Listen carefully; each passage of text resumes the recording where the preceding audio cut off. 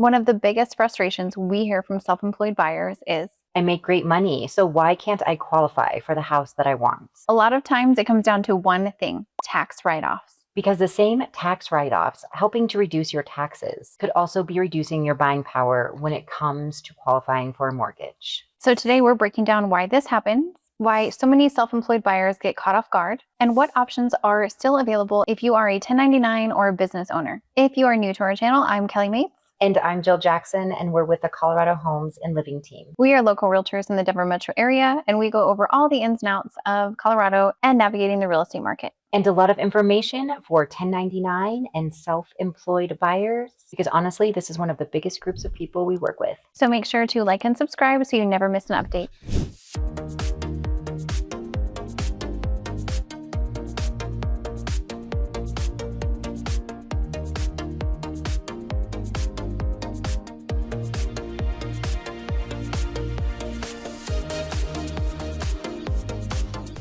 Okay, so let's start with one of the biggest disconnects we see from self-employed buyers. A lot of self-employed buyers or 1099 workers feel really frustrated because they know they make good money. Their business is successful, they have money in the bank, and they have a strong cash flow. But then they talk to a lender and they suddenly qualify for way less than they expected. And from their perspective, they're feeling very confused because they're thinking, I know I can afford this payment. I make way more money than the lender is saying. But traditional mortgages are usually based highly on taxable income shown on your tax returns, not necessarily the money that's flowing to your bank account. And that's where the issue starts, because most business owners are doing exactly what their CPA is telling them to do, which is maximizing write-offs to reduce taxable income. Which makes sense from a tax standpoint. Nobody wants to overpay in taxes. But then when it's time to buy a house, those write-offs can make it look like you make significantly less money. And we see this all the time. Someone may have hundreds of thousands of dollars flowing through their business annually, but after tax deductions, expenses, depreciation, mileage, and all the write-offs, their actual taxable income can look dramatically lower. So they go from thinking they can qualify for certain price points to realizing that a lender is using a much smaller income amount than they expected.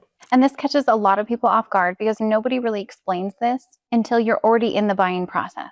Especially those transitioning from a W-2 income to a 1099 income. When your W-2 qualification is a lot more straightforward. But once you're self-employed, lenders start analyzing your income very differently. Now, the good news, this does not mean that self-employed buyers cannot buy a house. Not at all. There are actually a lot of loan programs that are specifically designed for self-employed buyers.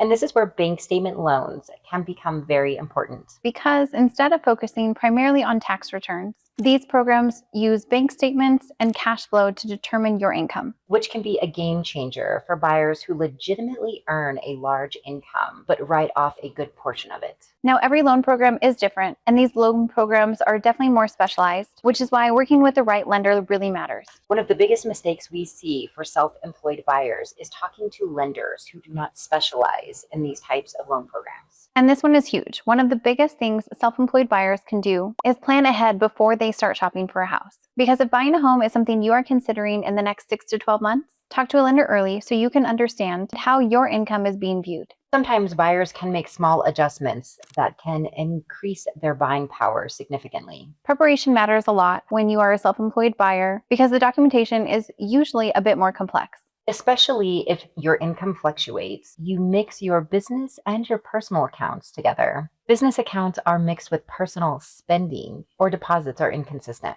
At the end of the day, being self-employed does not mean homeownership is out of reach. But it does mean that the process can look a lot different than W-2 employees. A lot of self-employed buyers are incredibly successful financially. They just need the right strategy and the right lending team. Which is why education is so important, because once buyers understand how the qualification process works, things become a lot less intimidating. If you are self-employed, 1099, own a business, or just have questions about what buying a home may look like for your situation, we would absolutely love to help. We work with a lot of self-employed buyers here in the Denver metro area and along the Front Range, and we can help connect you to the right lenders who understand these loan programs. Whether you're looking to buy in 10 days, 10 weeks, or 10 months, it's never too soon to reach out. Again, I'm Jill Jackson. And I'm Kelly Mates. And we're with the Colorado Homes and Living team. And thanks again for tuning in to our YouTube channel today. We look forward to seeing you on the next video. Take care.